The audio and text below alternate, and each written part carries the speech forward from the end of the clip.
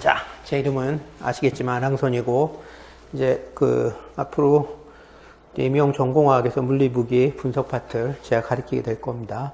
그 다음에 일단은 뭐 강의 커리큘럼 나왔지만 1월서부터 6월까지는 이제 물리 무기 분석 요렇게 금요일마다 해가지고 나가게 될 거고, 물리화학이 아마 10주 정도 예상이 돼 있을 거예요. 그 다음에 무기 분석 합쳐서 한 16주 예상이 돼 있고, 그래서 그런 식으로 진도를 나가게 될 겁니다. 근데 그 다음에 요 커리큘럼 바로 뒤에는 이제 기출문제 풀이, 뭐 다들 아실 거예요. 기출문제 굉장히 중요한 거. 그래서 기출문제 풀이 붙고 그 다음에 통합 모의고사 이렇게 가요. 근데 이렇게 하다 보면은 여러분들이 이제 문제 풀 수 있는 양이 좀 적죠. 그래서 그런 것 때문에 이제 3월서부터는 이제 사이드 강의로 크리티컬 솔루션이라고 그래가지고 일종의 문제풀이 강의 같은 게 진행이 될 겁니다. 그래서 사실은 그건 이제 일요일 날 진행이 될 거고, 일요일 날 진행이 되는 크리티컬 솔루션 같은 경우는 이제 두 가지 목적이 있어요. 그러니까 지금 초수생들 같은 경우에 문제 푸는 양이 적으니까, 그러니까 뭐 이 수업 들으면서 사이드로 문제 풀어라, 문제풀이 강의 비슷하게 진행이 되는 거고, 또 하나는 이제 재수생들 같은 경우에 재수, 삼수 이렇게 가게 되면은 사실 재수생까지는 아닌데 삼수생이 넘어가기 시작하면은 내용 강의에 대해서는 굉장히 익숙하다라고 스스로 생각하는 경우들이 있어요. 근데 그렇게 되면은 내용 강의만 하다 보면은 지루해지니까 그 친구들 같은 경우에는 그래 문제라도 나와서 풀면 좋지 않을까 해서 일종의 문제풀이 강의 비슷하게 개설이 돼 있어요. 그래서 그게 이제 3월 달서부터 쭉 진행이 될 거예요. 그래서 3월 달에 그거는 지금처럼 이렇게 8타임씩 되는 건 아니고 한 4타임 정도로 해가지고 그거는 작년보다는 좀 시수를 늘렸어요. 작년에는 16주 강의였는데 이번에는 문제 숫자를 조금 더 늘리려고 보통 한 번에 한 10문제 정도 풀어요. 근데 뭐 내용 정리하고 간단히 10문제 정도 푸는데 16주면 160문제밖에 안 돼서 문제 양이 좀 적다 생각이 돼서 24주로 늘렸습니다. 그래서 그건 240문제 정도. 그래서 그런 식으로 해서 3, 4, 5, 6, 7, 8 그렇게 될 거야 아마 그거 강의는. 그리고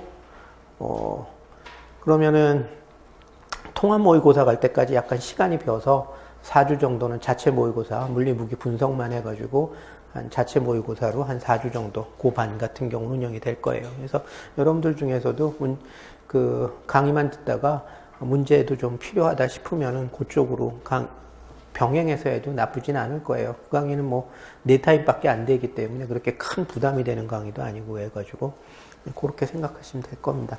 작년에는 16주 강의고, 그래서 그거를 갖다가 할 때 내용을 갖다가 이제 정리를 해주는데 내용 정리 시간이 조금 더 많이 걸리더라고요. 그래서 그 내용 정리는 24주로 분산하고, 그리고 24주마다 각 주마다 10문제씩 하게 되면 문제는 늘어나고 내용 정리하는데 걸리는 시간은 좀 줄어들고 그런 효과를 볼 수 있을 것 같아서 조금 주수를 늘렸어요. 그래서 적은 양의 내용 정리를 하고 좀 문제를 많이 풀도록 할 수 있도록 그런 식으로 강의를 좀 배열을 했습니다. 그래서 여러분들이 1월, 2월 달이면은 물리화학이 상당히 많이 진행이 됐을 거예요. 그러면 그 크리티컬 솔루션 같은 경우도 역시 마찬가지로 3월 달서부터 시작이 되면은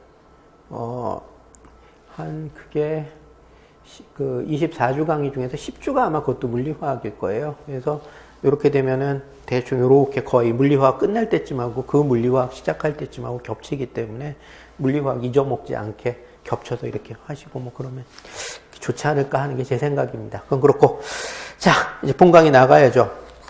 이제 물리화학에서 맨 앞에 부분은 연력학 파트입니다. 다들 아시겠지만. 근데 그 연력학 파트에서 또 제일 앞은 뭐냐면 기체의 특성에 관련된 얘기를 갖다가 하게끔 돼 있어요. 근데 이 기체라고 얘기를 하는 거는 왜 맨 처음에 배우게 되느냐. 우리가 이제 연력학을 하다 보면은 기체, 액체, 고체 3가지 종류의 화학종에 대해서 결국은 다 다루게 돼 있어요. 그렇지만 액체나 고체 같은 경우에 있어서는 입자와 입자 사이의 거리가 대단히 가까워요. 그래서 분자 간의 상호작용력, 인력이나 반발력 이런 걸 갖다가 무시하고 무엇을 유도를 하게 되면은 전혀 이론하고 실제가 안 맞아버려요. 그렇기 때문에 기체를 제외한 액체나 고체인 경우에 있어서는 분자간 상호작용을 반드시 고려해야 되고, 근데 그러한 분자간 상호작용을 고려하게 되면은 계산이 어마무지하게 복잡해져요.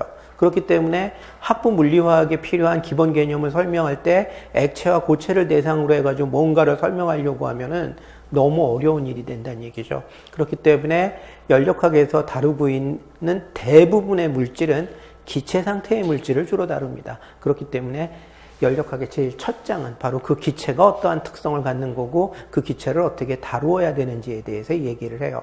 사실 이 챕터는 시험 문제에는 많이 나오는 챕터가 아니에요. 요 기체만 따로 딱 떼어가지고 요 단원에서 배운 내용을 가지고 시험 문제를 만들기도 어렵고 너무 범위가 협소해서. 그렇지만 여기서 배운 내용들이 나머지 연력학 제1제2법칙을 이용하는데, 활용하는 데 있어서 굉장히 널리 폭넓게 사용이 돼요. 사이사이 껴가지고. 그렇기 때문에 굉장히 중요한 내용, 단원 중에 하나라고 생각할 수가 있습니다. 자, 먼저, 기체의 물리적인 상태. 자, 기체라고 얘기하는 것이 있어요. 기체라고 얘기하는 것들은 굉장히 많은 수의 입자가 집단적으로 모여있는 상태를 갖다가 상황을 얘기를 하죠. 그러한, 몰 단위의 입자가 모여있는 개가 있는데, 기체 개가 있는데, 그 개를 갖다가 묘사를 할 때, 그 개의 상황을 묘사를 할 때, 무엇을 가지고 그 개의 상황을 묘사를 해야 되겠느냐. 그 개가 어떤 상태에 있는지, 상황에 있는지를 무엇을 가지고 설명을 해야 되겠냐는 얘기예요. 예를 들어서 학교에 가가지고 학생들을 지도를 하는데 한 반에 학생이 한 40명대. 그 40명대는 학급을 대표하는 어떠한 상황을 갖다가 어디 가서 브리핑하려고 그래요. 그럼 뭐 가지고 설명하면 돼요? 그 반에 수학 평균 성적이 얼마고, 국어 평균 성적이 얼마고, 영어 평균 성적이 얼마고, 그런 것들 쭉 나열을 하게 되면은 그 반의 상황을 갖다가 남한테 적절히 묘사하는 게 되는 거죠. 역시 마찬가지예요. 기체 상태라는 것이 있는데 여기에는 1몰계의 입자가 있다라고 합시다. 1몰계의 입자로 구성되어 있는 어떤 기체 개가 있는데 그 기체 개의 상황을 남한테 설명을 하려고 그래. 그러면은 여러 가지 그 특성들 중에서 그 개의 상황을 가장 잘 대표할 수 있는 어떠한 측정값들을 갖다가 제시를 하면 되겠죠. 그때 제시해 줄 수 있는 측정값들, 남들한테 기체 개의 상태를 설명하기 위해서 그 묘사를 해줘야 되는, 설명을 해줘야 되는 물리량들이 뭐냐? 그게 바로 온도, 압력, 부피, 몰수, 이렇게 되는 거예요. 지금 여기서 얘기하는 기체의 물리적인 상태는 바로 이 네 가지의 물리량에 의해서 설명이 됩니다. 그래서 기체가 있는데, 어떠한 기체 집단이 있는데 그 기체 집단이 어떤 거냐는 것을 다른 과학자 또는 다른 사람한테 설명을 할 때 뭘 설명을 하면 되냐? 이 기체계의 현재 온도가 얼마고, 부피가 얼마고, 압력이 얼마고, 그리고 개를 구성하고 있는 입자의 몰수가 얼마고, 이런 것들을 설명하면 기체계에 대한 모든 특성을 압축해서 정확히 설명한 것에 해당이 된다는 얘기예요. 기체계를 설명할 수 있는 물리적인 특성은 이거 말고도 굉장히 많지만 이 네 가지만 있으면 기체의 물리적인 상태를 명확히 모두 설명한 것으로 인정할 수가 있다는 얘기가 되는 거죠. 바로 그것에 관련된 얘기가 되는 겁니다. 그래서 온도, 압력, 부피, 몰수. 자, 이 다음에 나와 있는 나머지 것들은 이제 뭐냐면은 여기에 보면 온도, 압력, 부피, 몰수 이런 것들이 기체의 물리적인 성질을 설명하기 위해서 필수적으로 설명해야 되는 내용이다라고 얘기를 했었죠. 그러면 이것들을 어떻게 설명해야 되느냐? 그래서 온도의 본질이 뭐고, 압력의 본질이 뭐고, 부피 그리고 본질 뭐 이런 것들에 대해서 설명을 하면서 뭐 이제 우리가 물리량이라고 얘기하는 것은 측정값이 있고 측정값에는 반드시 단위가 따르죠. 그래서 어떻게 측정해야 되느냐, 어떤 단위를 사용해야 되냐, 그 다음에 얘네들의 이러한 물리량들의 본질이 뭐냐, 이런 것들에 대해서 이제 쭉 설명하는 내용이 교과서의 뒤쪽에 붙어 있습니다. 여기에 보면 제일 처음에는 질량이라는 얘기가 나오는데 사실은 여기 온도, 압력, 부피, 몰수에서 제외가 되어 있는 내용이죠. 그렇지만 이 질량은 굳이 얘기한다면 당연히 몰수로 연결이 되는 부분이에요. 왜냐면 뭐 여러분들이 다 알겠지만 질량을 분자량으로 나눠주게 되면은 이게 결국은 몰수가 나와버리게 되는 거죠. 그래서 이 질량이라고 얘기하는 것은 몰수를 설명하기 위해서 필요한 개념이고, 뭐 질량의 단위로서는 뭐 국제 표준 단위로 뭐 킬로그램을 사용을 한다. 그람도 아니고 킬로그램을 국제 표준 단위로 사용한다는 얘기죠. 국제 표준 단위라고 얘기하는 게 왜 중요해요? 우리가 계산을 할 때는 예를 들어서 운동 에너지는 이코르 2분의 1 mv의 제곱이다라고 얘기를 했을 때 항상 질량은 킬로그램, 그리고 속도는 메타 퍼 세크, 킬로그램, 요거는 메타 퍼 세크, 속도는. 그래서 이런 식으로 얘기를 했을 때 에너지는 킬로그램 메타 퍼 세크의 제곱이라는 단위가 나오고, 이것은 우리가 흔히 얘기하는 줄 단위로 나오죠. 그래서 우리가 어떠한 공식에다가 숫자를 갖다가 집어넣었을 때 항상 단위계를 통일을 해줘야지만 그 공식을 그대로 사용을 할 수가 있어요. 예를 들어서 내가 줄 단위의 에너지를 계산할 때 질량을 그람 단위로 환산해서 집어넣는다든지, 혹은 아니면 내가 에너지를 계산할 때 질량은 킬로그램 단위를 쓰는데 속도를 갖다 센티미터 퍼 세크를 쓴다든지, 그러면은 엉뚱한 숫자 값이 나오고 우리가 그 공식을 제대로 사용할 수가 없다라는 얘기가 되는 겁니다. 그래서 항상 공식을 제대로 활용하려면 단위계를 써야 되는, 단위계를 통일을 해줘야 되는데, 그 단위계라고 얘기하는 게 어떻게 구성이 되어 있느냐. 질량은 무슨 단위를 쓰고, 속도는 무슨 단위를 쓰고, 길이는 무슨 단위를 쓰고, 시간은 무슨 단위를 쓰고, 빛의 세기는 무슨 단위를 쓰고,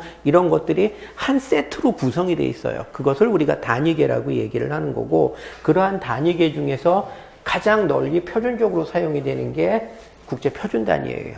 근데 킬로그램, 질량 같은 경우에 있어서는 킬로그램을 국제 표준 단위로 사용한다는 얘기고, 부피 같은 경우에 있어서는 가로 세로 높이를 곱한 것이 그래서 부피죠. 그래서 부피 같은 경우에 있어서는 가로 세로 높이를 전부 미터 단위로 환산하면은 가로도 미터, 세로도 미터, 그리고 높이도 미터. 그래서 메타의 3승이 되겠죠. 그래서 길이의 표준 단위가 메타이기 때문에 부피의 표준 단위는 메타의 3승이 SI 단위, 국제 표준 단위에 해당이 된다는 얘기고, 나머지 것들은 표준 단위가 아니에요. 그래서 만약에 여러분들이 그 공식에다가 뭘 집어넣기를 원한다라면 이것을 어떻게 해줘야 된다? 일반적으로 국제 표준 단위로 일단 환산을 하고 난 다음에 써줘야 된다라는 얘기가 되는 겁니다.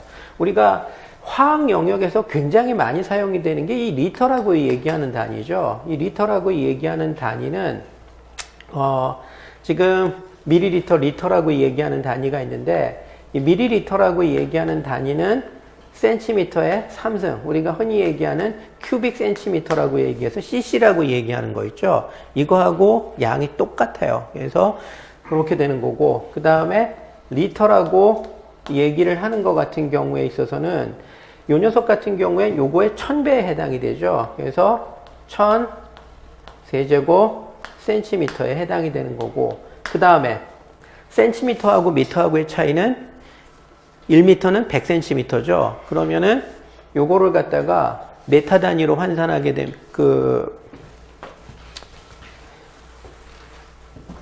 1메타의 3승 같은 경우에 있어서는 결국은 100cm의 3승이 되는 거고, 그래서 이게 10의 6승 세제곱 센티미터에 해당이 되는 거죠. 그래서 지금 이 리터라고 얘기를 하는 것은 1000 세제곱 센치이면서 10의 마이너스 메타의 3승에 해당이 되죠. 그래서 보통 이런 식의 상관관계를 갖고 있죠. 그러니까 이게 1000이니까 10의 3승이죠. 그래서 이런 식의 관계를 갖고 있죠.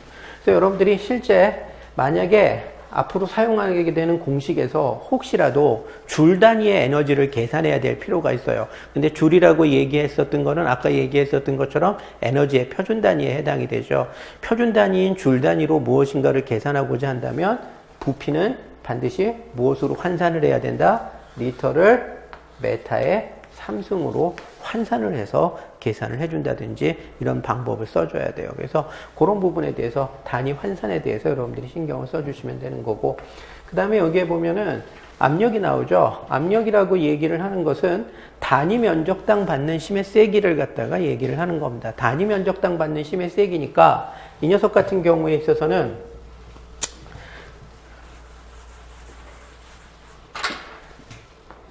단위 면적당 받는 심의 세기에 해당이 되는 거니까 이 녀석 같은 경우에 있어서는 그 심을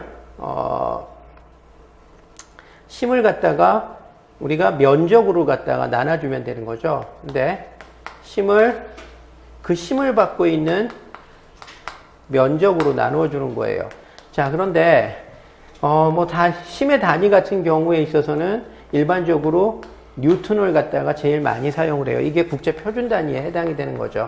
SI 단위에 해당이 되는 겁니다. 우리가 그 뉴턴의 운동 법칙을 보면 F는 이코로 ma라고 정의가 되어 있죠. m은 질량이고 a는 가속도를 얘기하죠. 그래서 단위로 표현하면 킬로그램에다가 메타 퍼 세크의 제곱이 되죠. 그래서 이 킬로그램 메타 퍼 세크의 제곱이란 단위가 뭐에 해당이 되느냐?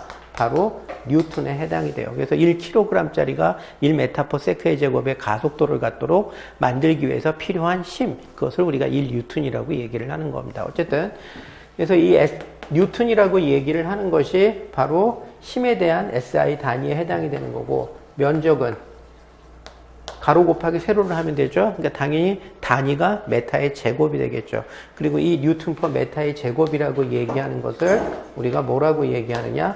파스칼이라고 얘기를 하더라라는 얘기가 되는 겁니다. 이 파스칼이라는 단위는 우리가 앞으로도 굉장히 많이 사용이 될 거예요. 연력학을 하다 보면은 우리가 흔히 계산을 할 때는 ATM, 기압을 많이 사용을 하지만 이게 어떤 공식을 사용을 해서 뭔가를 계산하고자 할 때, 특히 그것이 에너지에 관련된 계산을 갖다가 하고자 할 때는 압력을 갖다가 파스칼 단위로 환산을 해야 될 때가 굉장히 많아요. 그래서 여러분들이 파스칼의 정의에 대해서는 정확히 알고 있어야 됩니다. 1파스칼이라고 얘기하는 것은 1제곱미터당 1뉴턴의 심을 받고 있는 상태를 갖다가 얘기를 하는 거다. 그리고 이것이 압력의 SI 단위다. 국제 표준 단위라는 얘기가 되는 거죠. 그래서 그런 것도 기억을 해주시고, 자, 그 다음에 중요한 것 중에 하나가 뭐냐면은 이제 가끔 우리가 이걸 환산을 해야 될 때가 있어요. 우리가 부피는 리터를 많이 사용하는데 리터는 표준 단위가 아니고 메타의 3승이 표준 단위였었죠. 그래서 리터를 메타의 3승으로 환산하는 방법을 알고 있어야 됐었던 것처럼 압력 같은 경우에 있어서는 국제 표준 단위는 파스칼인데 실제 우리가 화학 영역에서 더 많이 사용하는 단위는 ATM, 기압 단위를 갖다가 더 많이 사용하고 있어요. 그러다 보면은 여러분들이 에너지를 계산하고자 할 때, 기체 상태 방정식, 이럴 때는 그냥 압력 그대로 써도 됩니다. 근데 다만 에너지를 계산하거나 이런 경우에 있어서는 많은 경우에 기압을 파스칼 단위로 환산을 갖다가 해줘야 되는 경우가 있어요. 그래서 여러분들이 그 환산하는 환산할 때 이 둘 사이에 어떠한 관계가 있는지를 갖다가 기억을 하셔야 됩니다. 근데 불행하게도 ATM이라는 단위는 해수면에서 받는 평균 압력, 지구 내에서 해수면에서 받는 평균 압력을 가지고 일기압이라고 정의를 한 거예요. 이건 측정값이에요. 측정값이다 보니까 파스칼이라고 얘기하는 표준 단위로 환산하고자 할 때 숫자가 칼같이 딱 떨어지질 않아요. 그래서 좀 지저분하게 떨어집니다. 그래서 여기서 보는 것처럼 101,325 파스칼이 우리가 1ATM이다 라는 식으로 얘기를 합니다. 근데 여러분들이 실제 요거는 이렇게까지 계산할 필요는 없고 그냥 요 정도로만 기억을 하세요. 1.01 곱하기 10의 5승 파스칼이 대략적으로 1ATM이다. 요 정도로만 기억하더라도 큰 상관은 없어요. 왜 그러면 1점 빵빵은 아니고 1.01이냐? 굳이 여기까지 그냥 요거는 유지를 하느냐? 이거는 무시를 하면서 이 이유는 뒤에 이것 때문에 그래요. 뒤에 보면은 화학에서 최근에 ATM이라는 단위도 널리 사용을 하고 있지만 슬슬 교과서에서는 ATM 단위를 슬슬 조금씩 밀어내고 있어요. 그러면서 최근에 많이 쓰고 있는 단위가 바라고 얘기하는, 예전에는 일기예보 할 때만 보던 이 바라고 얘기하는 단위가 물리화학 영역에서도 꽤나 자주 사용되기 시작을 하고 있어요. 그래서 요것 때문에 여러분들이 1기압은 1.01 곱하기 10의 5승 파스칼이다. 그리고 완반은 1.빵빵 곱하기 10의 5승 파스칼이다. 이런 식으로 약간 구분을 갖다가 해서 기억을 하셔야 됩니다. 이 바라고 얘기하는 단위는 뭐냐면 아까 얘기했었던 것처럼 1ATM이라고 얘기를 하는 것을 국제 표준 단위인 파스칼 단위로 표치면 10만 100, 325 파스칼에 해당이 돼요. 이건 너무 숫자가 복잡하다는 얘기죠. 그래서 파스칼 단위로 딱 떨어지게 쉽게 환산이 되면서 동시에 일기압하고 크게 차이가 나지 않는 어떤 압력의 단위를 제정을 했어요. 그게 뭐냐면 바라고 얘기하는 단위예요. 1바는 이렇게 떨어지지 않고 그냥 10만 파스칼로 딱 떨어져요. 그러니까 어떻게 돼요? 바는 ATM하고 비교했을 때 크기가 그렇게 크게 차이가 나지 않으면서 파스칼 단위의 환산이 훨씬 쉽죠. 그래서 요즘에는 이상스럽게도 물리화학 영역에서도 ATM 대신에 바라는 단위를 무지하게 열심히 사용하려고 노력을 하고 있는 것 같아요. 책들 중에서 바 단위로 이렇게 표현되는 책들이 꽤 많습니다. 아직 제가 지금 강의를 하는 건 에킨즈 책인데 에킨즈 책 같은 경우에는 아직은 뭐 바 단위보다는 아직은 ATM 단위를 더 많이 사용을 해요. 근데 책에 따라서는 바 단위를 꽤 많이 사용하는 경우도 있기 때문에 이 둘의 차이, 바와 ATM의 차이, 그리고 바와 ATM을 어떻게 파스칼 단위로 환산하는지 이런 것들은 여러분들이 기억을 하셔야 됩니다. 당연히 그러면 ATM하고 바는 어떤 관계가 있을까? 당연히 이렇게 되겠죠. 1ATM은 바의 1.01 325배에 해당이 되겠죠. 그래서 이런 표현 관계를 갖습니다. 자, 그 다음에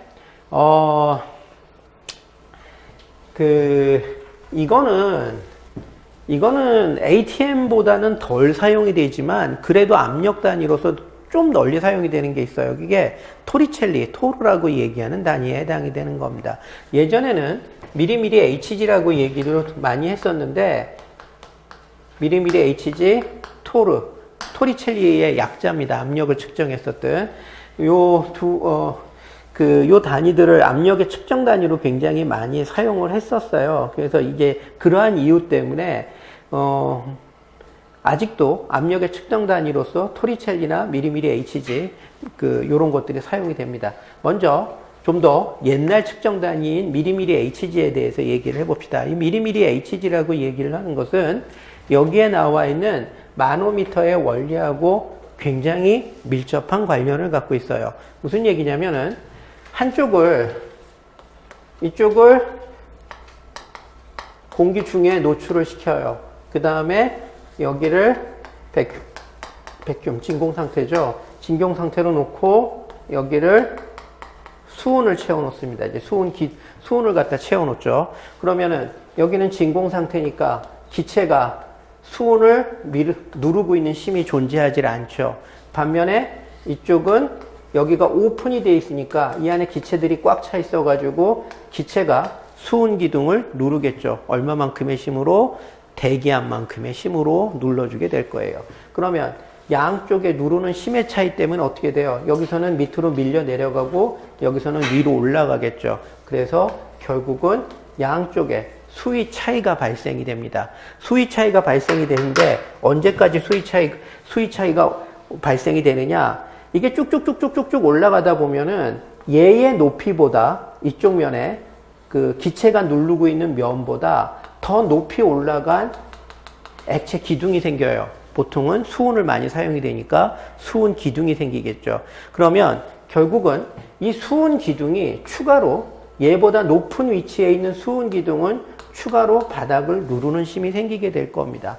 이쪽에 있는 수온 기둥하고 이쪽에 노출되어 있는 공기의 기압이 누르는 힘이 동일해진다면 힘의 평형이 이루어져서 더 이상 수위 차이가 발생이 되지 않고 일정한 높이 차이를 유지하게 될 거예요. 그때 이 추가의 수온 기둥이 누르는 힘은 무엇과 같다라고 압력은 이 추가의 수온 기둥이 가하고 있는 압력은 무엇과 같다라고 봐야 되죠? 대기가 가하고 있는 압력과 같다라고 봐야 된다는 얘기가 되는 거죠. 그래서 이런 식으로 한쪽을 진공 상태로 놓고 한쪽을 공기 중에 노출시켜 가지고 추가로 올라간 수온 기둥 혹은 어떠한 액체의 기둥의 높이를 통해서 대기압이 얼마인지를 측정하는 장치, 그것을 마노미터라고 얘기를 하는데 이걸 처음으로 개발한 사람이 토리첼리예요. 그래서 토리첼리가 이 장치를 이용을 해가지고 대기압을 측정을 해봤더니만 평균적으로 얼마가 되느냐? 76cm의 수온기둥 높이에 해당이 되더라. 76cm니까 760mm가 되는 거죠. 그래서 760mm의 수온 기둥이 무엇에 해당이 된다? 1기압에 해당이 된다. 이런 식으로 해서 측정이 된 그 대기압, 이런 식으로 측정, 그래서 토리첼리가 1기압은 760mm 혹은 76cm의 수온 기둥에 해당이 된다라고 측정을 했어요. 그래서 그때서부터는 압력의 측정 단위로서 수온 기둥의 높이를 많이 사용을 했습니다. 마노미터 상에서의 수온 기둥의 높이 차이에서 마노미터 상에서 나타나는 수온 기둥의 높이 차이를 갖다가 우리가 압력을 측정하는 단위로서 많이 사용을 했어요. 그래서 나온 역사적인 단위가 뭐냐면 미리미리 HG란 얘기예요. 760mm의 수온 기둥에 상응하는 압력이다. 이런 뜻이죠. 그게 1기압이더라라는 얘기가 되는 겁니다. 그래서 등장했었던 거고. 자, 이 토리첼리라고 얘기하는 단위는 뭐냐면은 우리가 흔히 얘기하면 760 토르는 이코로 1 ATM이다라고 얘기를 해요. 그러면 밀리미터를 갖다가 토리첼리라고, 미리미리 HG를 토리첼리라고 이름을 바꿨나 보다. 이렇게 생각하기가 쉬운데 사실은 이게 그렇진 않습니다. 자, 뭐가 문제냐면 760mm HG, 수온 기둥의 높이를 가지고 기압을 측정을 하면은 1기압이 온도에 따라서 달라져요. 무슨 얘기냐? 겨울에는 수온이 응축을 하죠. 수온의 밀도가 높아져요. 수온의 밀도가 높아지기 때문에 똑같은 1기압의 압력을 측정하더라도 겨울에는 755mm HG가 1기압에 해당이 돼요. 왜? 수온의 밀도가 높아졌기 때문에 수온 기둥이 같은 압력을 가해도 더 올라간다는 얘기예요. 반면에 한여름에 가면은 뜨거운 한 40도씩 되는 날에는 이게 770mm HG가 넘어가요. 1기압이. 한마디로 1기압이 몇 mm HG냐라는 측정값이 기온에 따라서 오르락 내리락 한다는 얘기예요. 압력은 똑같은데 기온에 따라서 이게 몇 mm HG냐가 오르락 내리락 해요. 야, 이래가지고서는 문제가 있다는 얘기죠. 그래서 등장한 단위가 토르예요. 1토르는 그냥 못 박아버렸어요. 어떤 식으로 못 박았냐? 미리미리 HG하고 크기는 비슷해하면서 온도 안정성을 갖기 위해서 어떠한 짓거리를 했냐면 1토르는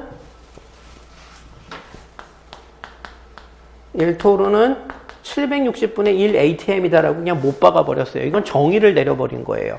760분의 1 ATM을 1토르라고 약속을 하자. 그럼 어떻게 돼요? 얘는 겨울에 측정을 하든 여름에 측정하든 봄에 측정하든 항상 1기압은 760 토르가 되는 거죠. 미리미리 HG 단위를 사용했을 때는 온도에 따라서 1기압의 값이 오르락 내리락 하는데 토리첼리 단위로 측정을 했을 때는 온도하고 상관없이 무조건 1기압은 760 토르가 되는 거예요. 약속을 이렇게 해버렸기 때문에. 값은 미리미리 HG하고 대단히 비슷한 값이지만 온도 안정성을 갖는 압력 측정 단위가 되겠죠. 그래서 등장한 게 토리첼리에 해당이 되는 겁니다. 그래서 이 정도로만 기억을 해주세요. 근데 여러분들이 어차피 물리화학에서는 그냥 이 두 단위는 거의 똑같은 걸로 취급을 해요. 미리미리 HG하고 토리첼리는 거의 1대1로 똑같은 걸로 취급을 합니다. 이거는 온도에 따라서 1기압의 값이 오르락 내리락하고 이건 그렇지 않다. 이렇게까지 신경 쓰는 경우는 드뭅니다. 그렇지만 그냥 알아는 두세요. 이런 게 있다라는 거. 왜냐하면 여러분들이 이제 나중에 학교 선생님이 될 텐데 학교 선생님이 됐는데 학생이 와가지고 선생님 미리미리 HG하고 토르하고 무슨 차이가 있죠? 이런 거 물어보는데 보면 그런 애들도 있어요. 가다 보면은 뭐라고 얘기해야 되나? 궁금한 거 많은 애들, 이런 애들. 특히 이제 과학고등학교나 이런 데서 애들 가리키다 보면은 그런 애들 꽤 있습니다. 그러면 걔네들한테 뭔가 잘난 척 하면서 으쓱 하면서 설명을 해줘야 되죠. 그럴 때. 자, 그건 그렇고. 자, 이제 좀 더 자세히 돌아가 봅시다. 아까 이런 식으로 수온 기둥의 높이 차이를 이용해서 좌측과 우측의 압력 차이를 측정하는 장치를 우리가 뭐라고 얘기를 했었죠? 마노미터라고 얘기를 했었죠. 자, 그 마노미터의 원리와 마노미터의 공식에 대해서 우리가 이제 유도를 하기 위해서 다시 요 그림으로 돌아가게 될 거예요. 아까 얘기를 했었던 것처럼 수은 기둥 양쪽에 A라는 측면과 B라고 얘기하는 A의 압력과 B의 압력이 차이가 나면 어떻게 된다? 그 높이 차이에 해당되는 것만큼 수은 기둥이 높이 차이가, 수면 차이, 죄송합니다. A와 B의 압력 차이가 발생이라면 A와 B의 압력 차이에 따라서 뭐가 발생이 된다? 수은 기둥의 높이 차이가 발생이 된다. 근데 얼마만큼의 높이 차이가 발생이 되느냐? 이 수은 기둥이 추가로 누르는 압력이 얘와 얘의 압력 차이에 상한 만큼 나타나더라 라고 얘기를 하는 거죠. 자, 아까는 여기가 백큐미고 여기가 외부로 노출되어 있기 때문에 이 수은 기둥의 높이가 무엇을 상징한다? 여기는 백큐미니까 0기압이죠. 여기는 1기압이죠. 0기압과 1기압의 압력 차이는 1기압이죠. 따라서 수은 기둥의 높이 차이가 곧 1기압의 압력을 상징하게 된다. 근데 측정을 해보면은 평균적으로 760mm 혹은 76cm에 해당이 됐다. 이렇게 얘기를 했었죠. 자, 그런데 이제 경우에 따라서는 이거를 갖다가 A라는 지점하고 B라는 지점이 있는데 양쪽 다 어떠한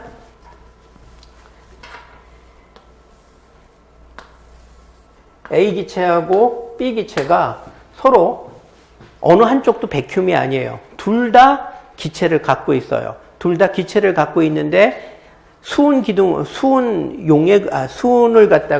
액체를 경계로 삼아가지고 서로 압력이 다른 두 개의 기체가 접촉을 갖다가 하고 있다라고 생각을 해봅시다. 자, 이렇게 되면은, 자, 지금 일단 여기에서 여러분들이 보면은 어느 쪽이 압력이 높은 것 같아요. 이쪽이 얘에 비해서 더 높이 올라갔죠.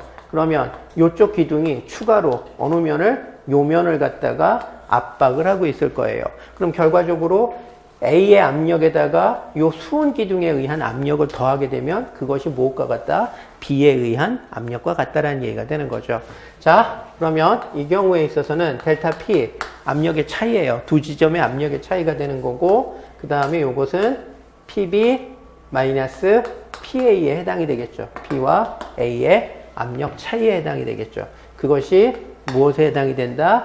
이 수은 기둥이 수은 기둥이 추가로 더 높아진 수은 기둥이 얘보다 더 높은 위치에 있는, 요거보다 더 높은 위치에 있는 수은 기둥이 바닥을 누르는 압력과 같아진다 라는 얘기가 되는 겁니다. 이게 수은 기둥에 의한 압력과 같아지게 되는 거죠. 자, 그러면 여기서 수은 기둥에 의한 압력은 어떤 식으로 표현이 되는지 한번 봅시다. 자, 이거를 계산해 봅시다. 수은 기둥에 의한 압력을. 압력이라고 얘기하는 것은 단위 면적당 가하는 힘이다. 그게 압력의 정의다라고 얘기를 했었죠. 그래서 힘을 면적으로 나눠준 거예요. 여기서의 힘은 뭐죠? 수은 기둥이 바닥을 누르는 힘이죠. 수은 기둥이 뭘 가지고 바닥을 누르고 있어요? 무게. 근데 무게는 다른 말로 표현하면 뭐죠? 수은 기둥에 의한 수은 기둥이 받고 있는 중력이 바닥을 누르고 있다라고 얘기를 해줘야 되겠죠. 그럼 어떻게 하면 됩니까? 여기서 얘기하는 힘은 수은 기둥이 바닥을 누르는 힘을 얘기하고, 수은 기둥이 바닥을 누르는 힘은 중력에 해당이 되겠죠. 중력이라고 얘기하는 것은 질량에다가 중력 가속도를 갖다가 곱해주면 돼요. mg죠. 그래서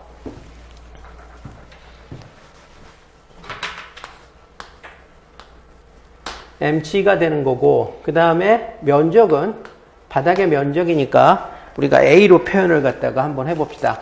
면적은 영어로 에어리어죠. 그래서 a로 표현을 한 겁니다. 자, 그 다음에 질량이라고 얘기를 하는 것은 밀도에다가 부피를 갖다가 곱해주면 이게 밀도에 해당이 되죠.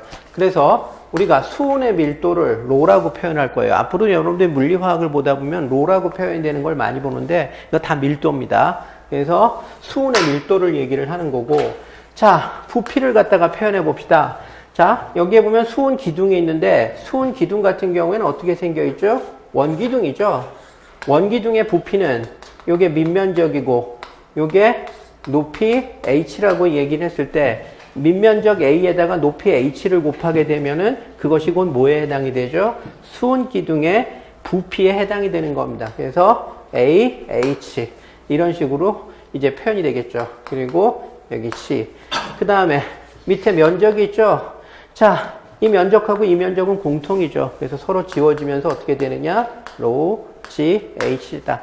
그래서 마노미터에서 수온을 기준으로 서로 다른 압력의 두 개의 기체가 연결되어 있을 때 두 기체의 압력 차이는 곧 뭐에 해당이 된다? 수온 기둥이 추가로 가하는 압력에 해당이 된다. 그런데 그 수온 기둥이 추가로 가하는 압력은 계산적으로 어떻게 표현이 되면 된다? 로 GH로 표현이 된다라는 얘기가 되는 겁니다. 그래서 델타 P는 이코르 로 GH다라는 얘기예요. 중력 가속도, 이건 지구 전체에서, 물론 지구, 사실은 이 로 GH에서 G도 지구의 측정 위치에 따라서 조금씩 달라요. 예를 들어서 고緯도 지방하고 저緯도 지방이 좀 다르고, 예를 들어서 그 밑에 광물, 철광석이 굉장히 많은 지역하고 그냥 평범한 농지하고 또 다르고 조금씩 다릅니다. 그렇지만 대략적으로는 거의 동일한 상수를 갖다 보인다라고 생각하시면 되는 거죠. 그리고 수온 기둥의 밀도도 아까 수온 기둥의 밀도, 온도에 따라서 조금 달라진다라고 얘기를 했었죠. 그래서 근데 거의 그렇게 크게 차이는 안 나요. 그래서 어쨌든 이 두 부분이 상수라고 본다면은 결국은 압력 차이는 수온 기둥의 높이에 의해서 결정이 되는 거죠. 그래서 토리첼리가 1기압이라는 압력을 수온 기둥의 높이 760cm, 76cm 혹은 760mm라고 나타낼 수 있었던 게 바로 이 이유 때문이다 라는 얘기가 되는 거고, 자, 그리고 아까 토리첼리가 나오게 됐었던 이유에 대해서도 설명을 했죠. 이 로가 어떻게 된다? 밀도가 온도에 따라서 달라져요. 그러다 보면은 압력이 똑같더라도 밀도가 달라지니까 높이가 들쭉날쭉 할 수 있다는 얘기가 되는 거죠. 그래서 그런 걸 보정하기 위해서 760분의 1기압을 완 토리첼리라고 얘기를 한다라고 얘기하는 새로운 단위가 필요했었다. 뭐 그런 얘기 했었죠. 그 다음에, 이건 여담인데, 이거 왜 수온을 사용을 할까? 액체 중에서 제일 밀도가 높기 때문에 그래요. 만약에 여기를 갖다가 물을 사용을 하면 어떻게 되죠? 물의 밀도하고 수온의 밀도하고는 엄청 차이가 나요. 그래서 이걸 물을 사용하면 1기압을 측정할 때 높이가 10m가량 나옵니다.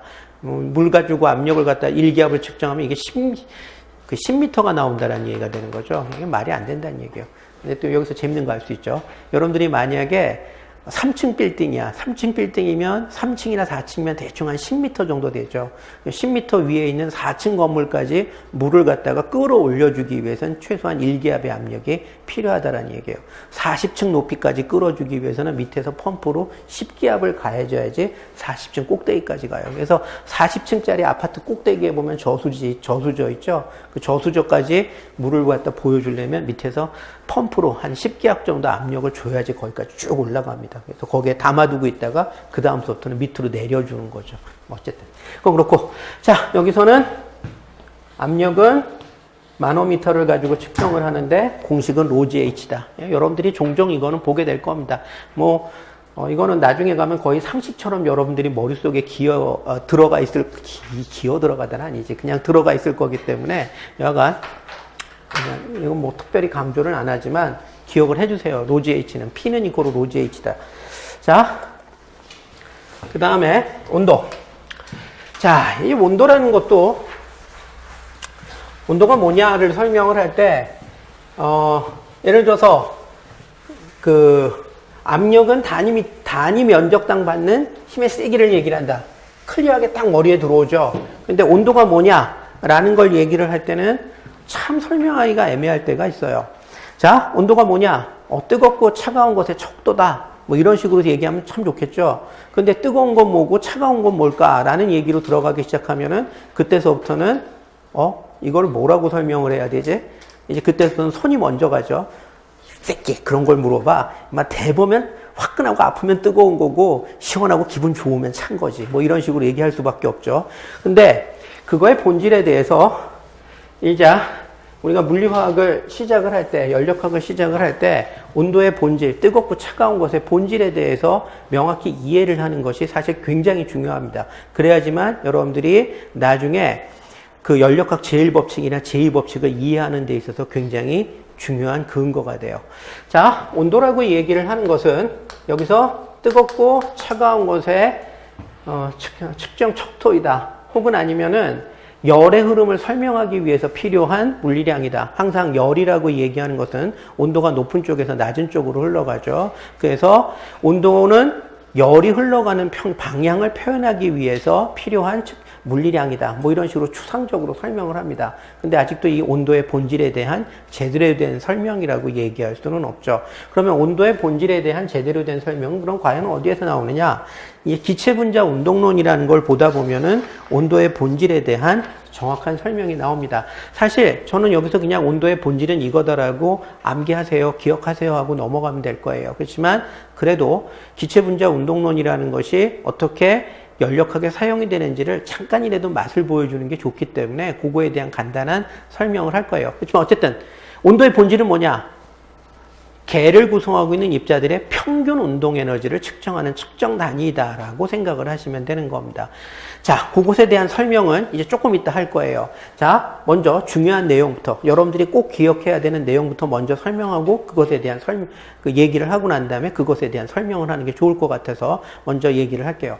그러면 온도가 높다라는 건 뭐냐? 온도가 높다라는 것은 개를 구성하고 있는 입자들의 평균 운동 에너지가 높다라는 것을 얘기를 하는 거예요. 그 다음에 온도가 낮다라고 얘기하는 것은 개를 구성하고 있는 입자들의 평균 운동 에너지가 낮다는 얘기예요. 자, 개를 여기에 이 교실에 공기 덩어리가 있어요. 엄청나게 부피도 크고, 이 안에 굉장히 많은 몰수가 있겠죠. 자, 이 안에 있는 기체 입자들의 운동 에너지는 다 달라요. 어떤 녀석은 굉장히 작은 운동 에너지를 갖고 있을 거고 어떤 녀석은 굉장히 큰 운동 에너지를 가질 거예요. 운동 에너지의 분포를 한다라는 얘기예요. 왜 그래요? 애들이 움직이다 보면 충돌을 하죠. 충돌을 하다 보면 어떻게 돼요? 어떤 녀석은 속력이 더 빨라지고 어떤 녀석은 느려지고 이런 식이 돼버려요. 충돌에 의해서 속력이 달라지기 때문에. 그렇기 때문에 이 안에 있는 기체 입자들은 속력이 다 달라요. 그런데 속력이 다 다르다는 얘기는 2분의 1 MVA 제곱으로 표현되는 운동 에너지도 다 다르다는 얘기죠. 그렇지만 그러한 다양한 속력 분포 속에서 우리는 평균 운동 에너지를 측정할 수 있을 거다라는 얘기예요. 그러한 평균 운동 에너지가 높은 상태가 온도가 높은 상태고 평균 운동 에너지가 낮은 상태가 운동 에너지입니다. 에너지의 총량이 아니라 운동 에너지가 낮은 상태가 온도가 낮은 상태다라는 얘기예요. 그래서 온도는 개를 구성하고 있는 입자들의 평균 운동 에너지와 관련이 되어 있는 물리량이다라고 생각을 하시면 되는 겁니다. 자, 그걸 기체분자 운동론에서는 어떻게 설명하느냐? 간단히 이런 식으로 설명을 하죠.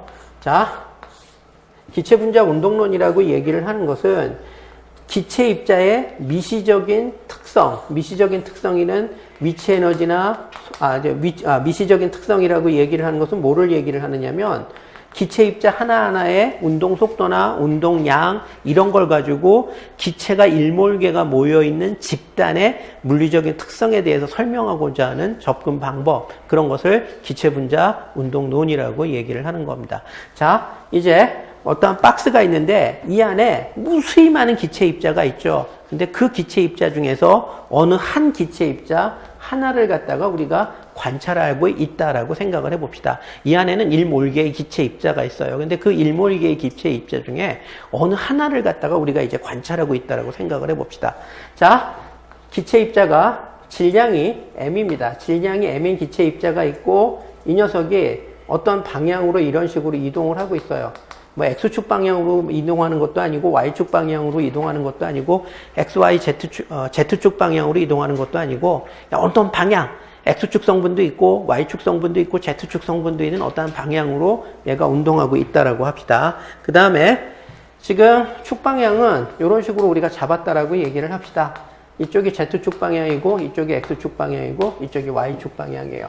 그 다음에 우리가 관심 있어 하고 있는 압력을 측정하고 있는 면이 어떤 면이냐면 요 면에 대한 압력, 당연히 이 면에 대한 압력이나 이 면에 대한 압력이나 이 면에 대한 압력이나 이 면에 대한 압력이나 뒷면에 대한 압력이나 압력은 다 똑같죠. 근데 우리가 어떠한 공식을 유도하기 위해서 그 면 중에 어떤 한 특정한 면에 대해서 관심을 갖고 있다라고 합시다. 요 면이 모든 면을 다 대표하는 거다라고 생각을 하면 돼요. 그리고 이 면의 면적은 A 제곱미터라고 생각을 갖다가 한번 해봅시다. 자, 기체 입자가 이쪽으로 운동을 하고 있는데 이 녀석은 질량은 M이고 그 다음에 X축 방향의 속도 성분이 Vx, Y축 방향의 속도 성분이 Vy, Z축 방향의 속도 성분이 Vz가 돼요. 이 운동하다 보면은 여기 가서 꽝 하고 충돌을 하겠죠. 충돌하는 순간 어떻게 돼요? 입자가 벽면에 꽝 하는 충돌하는 순간, 충돌할 때 뭘 가하죠? 입자는 충돌할 때 벽면에 힘을 가하죠. 바로 그때 가하는 힘을 바로 면적으로 나눠주게 되면 기체 입자 하나가 벽면에 가할 때 가하는 압력에 대한 정보가 나온다는 얘기가 되는 겁니다. 그래서 이런 식으로 해서 일단 압력을 갖다가 먼저 계산을 갖다가 해봅시다. 자, 먼저 요거 계산을 할 때 이런 식의 계산들 앞으로 종종 보게 될 겁니다. 물론 연력학은 거시적인 성질을 가지고 얘기를 할 거기 때문에 이런 미시적인 계산은 거의 볼 일이 없을 거예요. 여기서 정도만 보고 넘어갈 겁니다. 그 다음 수업부터는 연력학적인 계산들이 주가 될 거예요. 근데 뭐 기체분자 운동론이라는 것을 미시적인 현상을 거시적인 현상으로 연결한다라고 얘기를 했으니까 어떻게 연결하는지 한번 보자. 자, F는 이코로 우리가 보통 뉴턴의 운동법칙에 의하면 ma라고 얘기를 하고 a라고 얘기하는 것은 가속도를 얘기하죠. 그래서 m은 dt분의 dv다라고 표현이 돼요. 여기서 v는 속도를 갖다가 얘기하죠. 속도의 변화량을 시간의 변화량으로 나눠주게 되면 그게 가속도, 단위 시간당 증가하는 속도의 양이 되죠. 자, m이라고 얘기하는 것은 이건 질량이고 질량은 기본적으로 어떤 특성을 갖고 있다? 상수다라는 얘기예요. 즉 충돌 전후에 질량이 변하지는 않겠죠. 기체 입자가 쪼개지지 않는 이상은. 자, 근데 기체 입자가 쪼개진다. 이건 너무 황당한 상황이니까 그런 건 배제를 합시다. 자, 그러면 이 녀석 같은 경우에는 어떻게 돼요? 상수이니까 충돌 전후에 변하지 않는 값이에요. 미소 변화량을 상징하는 D의 내부로 언제든지 자유롭게 들어갈 수가 있다라는 얘기가 되는 겁니다. 상수는 미분기호 안쪽으로 언제든지 들어갈 수 있죠. 그러니까 dt분의 dmv가 돼요. 자, mv라고 얘기하는 거, 이거를 우리가 뭐라고 얘기하죠? 기체 입자의 속도에다가 그 질량을 곱해준 거, 이게 운동량이라고 얘기를 하는 거죠. 그리고 운동량은 P로 많이 표현이 돼요. 거시계에서는 P는 압력을 상징을 하죠. 근데 미시계에서의 P는 운동량을 상징을 합니다. 그래서 우리가 이걸 dt분의 dp라고 얘기를 해요. 그래서 힘이라는 것을 F는 이코로 ma를 가지고 표현할 수도 있지만 힘을 표현하는 또 다른 공식 중에 하나는 뭐냐면 운동량의 단위 시간당 운동량의 변화량을 가지고 표현을 하기도 합니다. 자, 그러면 운동량이 여기서 F를 갖다 기체 입자 하나가 벽면에 가하는 힘을 계산할 때 표현을 할 때 dp는 어떻게 표현이 되고 dt는 어떻게 표현이 되는지를 한번 표현을 갖다가 해봅시다. 정확히 얘기를 하면은 이 경우에 있어서는 델타 P와 델타 T로 나누어서 표현을 해볼 거예요. 그리고 난 다음에 그 델타 P를 델타 T로 나누게 되면은 그것이 결국은 F가 될 수 있다라는 얘기가 되는 거죠. 델타 P는 뭐냐? 자, 기체 입자가 여기 꽝하고 충돌을 해요. 충돌을 하고 난 다음에 되튀어 나갔다가 언젠가 다시 일로 돌아와서 충돌을 하겠죠. 한 번 충돌하고 그 다음에 또 다시 충돌하고. 기체 입자는 벽면에 항상 힘을 가하는 것이 아니라 충돌 꽝하고 어디 막 놀다가 다음번에 충돌하고. 그럼 충돌과 충돌 사이에는 벽면에 힘을 가하고 있지 않죠. 그러면 기체 입자가 충돌 한 번에 의해서 가하는 충돌하는 그 순간에 운동량의 변화량이 결국은 충돌과 충돌 사이의 운동량의 총 변화량과 동일하더라는 얘기예요. 충돌에 순간적으로 예를 들어서 한 번 충돌하고 다음번 충돌할 때까지 1초가 걸렸다라고 합시다. 그러면 1초 동안에 아주 짧은 간 접촉하는 그 한순간만 운동량이 변하는 거고 충돌에 의해서 운동량이 변하는 거고 나머지 기간에는 충돌을 안 하고 있으니까 충돌에 의한 운동량의 변화가 없죠. 따라서 이 dp를 계산할 때는 뭐만 계산하면 되느냐면 한번 땅 하고 충돌하는 순간 운동량이 얼마나 변했는지만 생각을 하시면 돼요. 충돌과 충돌 사이에 시간이 얼마든지 간에 이 dp는 항상 한 번에 충돌해서 운동량이 얼마가 변하느냐 그것만 생각하면 된다는 얘기예요. 자, 요거는 얼마가 될까?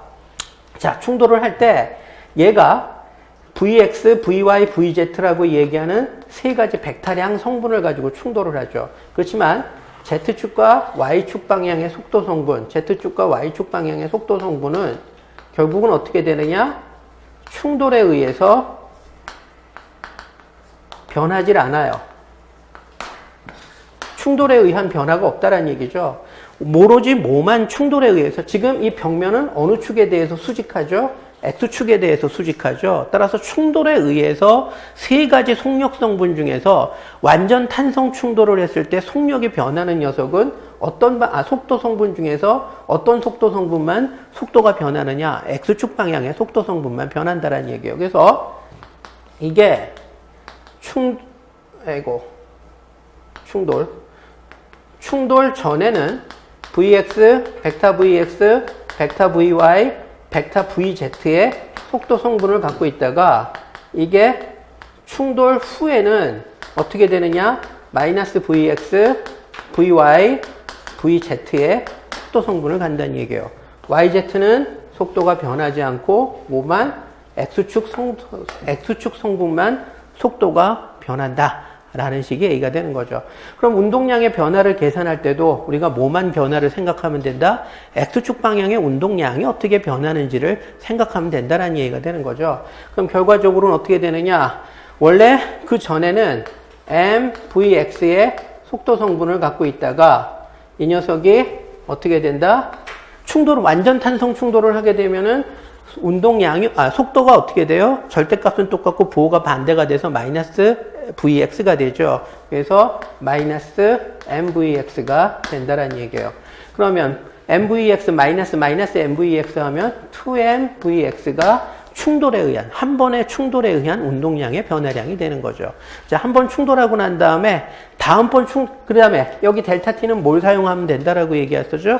한 번 충돌하고 난 다음에 다음번 충돌할 때까지 시간이 얼마나 걸리는지 그것만 생각하면 된다라고 얘기를 했었죠. 자, 그래서 이거 충돌했다가 다시 돌아올 때까지 걸리는 시간을 갖다가 생각을 하면 돼요. 자, 여기서 이 박스의 길이를 우리가 L이라고 얘기를 합시다. 그러면 충돌했을 때 일로 갈 때 얼마만큼 가죠? X축 방향으로 L만큼 가죠. Y축 방향으로 다시 충돌해서 돌아올 때 X축 방향으로 S축 방향으로 다시 돌아올 때 얼마만큼 다시 돌아오죠? 2L만큼 돌아와요. 이쪽으로 갈 때 속력이 얼마죠? Vx. 여기서 완전 탄성 충돌해서 다시 돌아올 때 속력이 얼마죠? 또 Vx. 물론 속도는 마이너스 Vx 플러스 Vx지만 어차피 우리가 걸리는 시간을 갖다 측정하고자 할 때 중요한 건 속력이죠. 갈 때도 Vx의 속력을 가지고 가고 돌아올 때도 Vx의 속력으로 돌아오는 겁니다. 얼마의 거리를? 2L만큼의 거리를. 왕복 2L이죠. 갈 때 L, 돌아올 때 L. 그래서 2L만큼의 거리를 무엇으로? Vx의 속력으로 이동을 한다라는 얘기가 되는 겁니다. 자, 그럼 됐죠. F는 어떻게 된다라고 얘기를 한다라고 얘기했었죠. 이 경우에 델타 P, 델타 T. 그러면 이게 기체 입자 한 개가 벽면에 가하는 한 번의 충돌을 통해서 벽면에 가하는 힘에 해당이 돼요. 그래서 여기다 갖다 집어넣게 되면 2mvx에다가 2l 오버 Vx 이렇게 되죠. 그러면 지워지면서 L분의 mvx의 제곱 이런 식으로 나오게 되는 거죠. 자, 요거는 임의의 기체 입자 내가 관심을 갖는 저 기체 입자 하나가 벽면에 한 번 충돌했을 때 가하는 힘의 세기가 되는 겁니다. 자, 그러면 여기서 F바를 갖다가 표현해 봅시다. F바는 기체 입자 한 개가 벽면에 가하는 평균적인 힘의 세기를 갖다가 얘기를 하는 겁니다. 이건 내 특정 기체 입자 하나가 벽면에 가하는 힘이고 이거는 여러 기체 입자가 벽면에 가하는 힘의 평균값에 해당이 되는 거예요. 그럼 어떻게 하면 돼요? L분의 mvx의 제곱의 평균을 취하면 되는 거죠. 같은 식을 쓰는 거예요. F가 이거라며. 그래서 F에 그거를 집어넣고 난 다음에 평균을 취하는 거예요. 자, 우리가 평균을 취할 때 L은 고정불변의 상수값이죠. 질량도 고정불변의 상수값이죠. 질량이나 박스의 길이 L은 평균의 개념이 적용이 안 돼요. 모든 기체 입자한테 동일하게 적용이 되는 고정불변의 상수값이에요. 그렇기 때문에 어떻게 되죠? 평균의 개념이 적용이 안 돼서 바깥으로 빼낼 수가 있습니다. 그래서 결과적으로는 이렇게 돼요. 그래서 기체 입자 한 개가 벽면에 가하는 힘의 세기는 어떻게 표현이 된다? 이런 식으로 평균적인 힘의 세기는 다음과 같이 표현이 된다라는 얘기가 되는 겁니다. 자, 이제 그 다음 스텝으로 넘어갈게요. 뭐냐면은, 자, 그런데 여기에 보면은 이제 우리가 평균적으로 기체 입자 하나가 벽면에 가하는 평균 힘을 갖다가 계산을 했는데, 자, 이렇게 됨으로써 어떻게 돼 있죠? 평균적인 힘을 평균 속력에 혹은 평균 속도의 제곱에 대해서 x축 방향의 속도의 제곱의 평균값에 대해서 이제 연결을 갖다가 해놓은 겁니다. 그런데 여기서 이제 우리가 얘가 운동을 할 때 x축 방향의 속도 성분의 평균값에다가 뭐를 연결을 해놓으면은 x축 방향의 속도 성분 y도 아니고 z도 아니고 특정한 어떠한 축 방향에 대한 속도의 평균값에 대해서 얘를 연결을 해보면은 이 식의 활용도가 적어요. 이 식의 활용도를 높이려면 어떻게 되는 거죠? x축 방향의 속력의 평균값하고 연결을 하는 게 아니라 x축 방향의 속도 성분의 평균값과 연결을 하는 게 아니라 평균 속력하고 연결을 하면 훨씬 이 식의 활용도가 높아지겠죠. 그래서 평균 속력하고 연결을 할 겁니다. 어떻게 연결이 되느냐? 이렇게 되죠. V의 제곱의 평균값은 어떻게 되죠? Vx의 제곱의 평균 플러스 Vy의 제곱의 평균 플러스 Vz의 제곱의 평균. 이런 식으로 표현이 되죠. 이거 여러분들 고등학교 때 벡터에 대해서 배웠었던 거예요. 벡터의 평균을 갖다가 우리가 벡터의 절대값을 계산을 하면은 어떠한 벡터의 절대값은 x축 방향의 성분의 제곱 플러스 y축 방향의 성분의 제곱 플러스 z축 방향의 성분의 제곱 이런 식으로 표현이 되죠. 그래서 거기서부터 나온 겁니다. 자, 그런데 여기서 이제 여기서 뭐를 갖다가 보게 될 거냐면은 이런 상태에서 그러면 x축 방향의 제곱의 평균값, y축 방향의 제곱의 평균값, z축 방향의 평균의 제곱값들 사이에 어떤 관계가 있는지에 대해서 이제 살펴봐야 되겠죠. 자, 먼저 이런 경우를 한번 생각을 해봅시다. 내가 이쪽에다가 선풍기를 틀어놨어요. 선풍기를 틀어놓으면 어떻게 되죠? 내가 여기 가만히 있을 때 바람이 이쪽으로 부는 것처럼 보여요. 그러면 거기에 대해서 한번 생각을 해봅시다. 바람이 이쪽으로 부는 것처럼 보일 때 그럼 이 바람을 타고 이동하는 모든 기체 입자는 전부 이 방향으로만 운동할까? 그게 아니죠. 이쪽 방향의 운동 성분도 있고 이쪽 방향의 운동 성분도 있고 이쪽 방향의 운동 성분도 있는데 상대적으로 이쪽 방향의 평균 속력이 더 빠르기 때문에 나는 이쪽 방향으로 바람이 부는 것처럼 느낀다라는 얘기가 되는 겁니다. 기체 입자는 이렇게 움직이는 놈도 있고 이렇게 움직이는 놈도 있고 이렇게 움직이는 놈도 있고 이렇게 움직이는 녀석도 있는데 평균적으로 이쪽으로 더 많이 움직이기 때문에 내가 바람의 방향을 갖다가 느끼는 거예요. 자, 그러면 이 안을 봅시다. 이 안에 선풍기 틀어놨어요? 안 틀어놨어요? 선풍기 안 틀어놨죠? 우리가 흔히 얘기하는 정체된 공기 상태예요. 정체된 공기 상태는 뭐죠? 안에 들어가 있으면 바람이 전혀 안 부는 상태예요. 바람이 전혀 안 부는 상태는 얘하고 얘가 0일까? 아니죠. 얘의 평균값과 얘의 평균값과 얘의 평균값이 모두 같기 때문에 어떻게 느낀다? 바람이 불지 않는다라고 느끼는 거예요. 안에 있는 기체 입자 끊임없이 운동하고 있지만 어떤 축 방향으로도 평균적으로 빠르지 않기 때문에 공기가 정체되어 있다라고 느끼는 겁니다. 따라서 저런 정적인 상태에서는